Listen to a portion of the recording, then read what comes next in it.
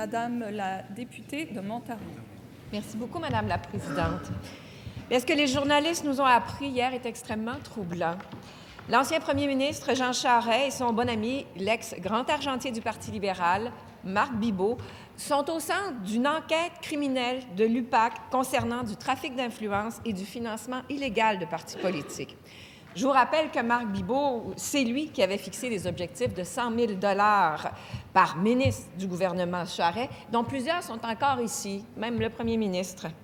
Le tableau de l'UPAC publié, ce tableau illustre l'emprise directe de Marc Bibeau sur le gouvernement libéral. Et ce qui m'inquiète, c'est une flèche ici qui montre directement des ministres et des députés libéraux faisant partie du grand plan de financement illégal de Marc Bibeau.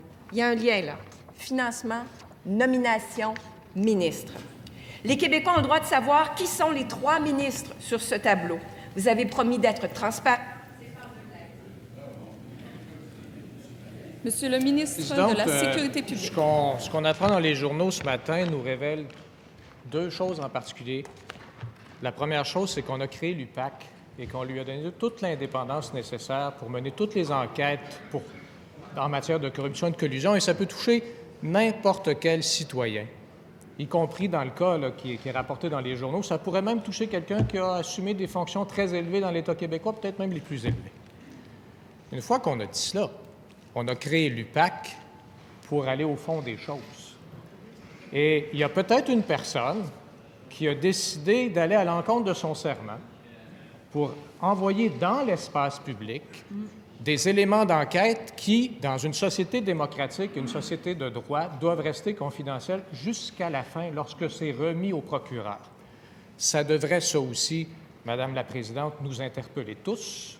Ça devrait interpeller la deuxième opposition. Ça devrait interpeller l'opposition officielle. Moi, comme ministre de la Sécurité publique, ça m'interpelle. En première complémentaire, Madame la députée de Montarville. Oui. Ce tableau de l'UPAC nous apprend qu'il y a un lien entre Marc Bibeau et la nomination d'au moins 3 ministres. Je vous rappelle que c'est une enquête criminelle qui date de 2016 pour trafic d'influence. C'est pas de la vieille histoire, c'est pas de l'histoire ancienne. Le gouvernement actuel a les 2 pieds dedans.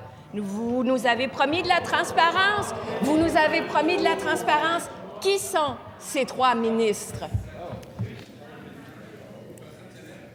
Monsieur le ministre de la Sécurité publique.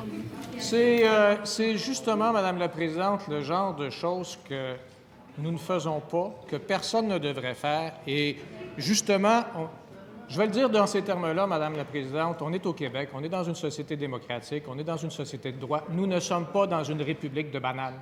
Alors, on n'est pas dans une société où le gouvernement se met les 2 pieds dans les enquêtes.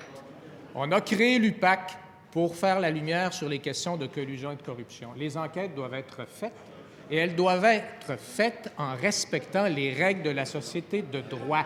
Et c'est comme ça que toute la lumière va être faite, pas en disant qu'il faut se mettre les 2 pieds dedans. Il n'y a personne qui se met les pieds dedans, sauf ceux qui sont directement concernés par les enquêtes, mais ils doivent observer aussi leur serment.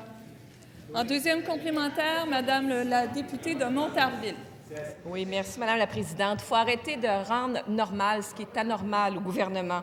Un ancien premier ministre du Québec, Jean Charest, est sous une enquête policière criminelle de l'UPAC pour trafic d'influence. Ça, c'est pas normal. Son meilleur ami, Marc Bibeau, aussi sous enquête criminelle, continue de faire des affaires d'or avec l'actuel gouvernement. C'est pas normal. Ça semble pas vous déranger. Ça dérange la population. Et quand je dis vous avez les 2 pieds dedans, il y a des ministres ici qui sont nommés dans l'enquête.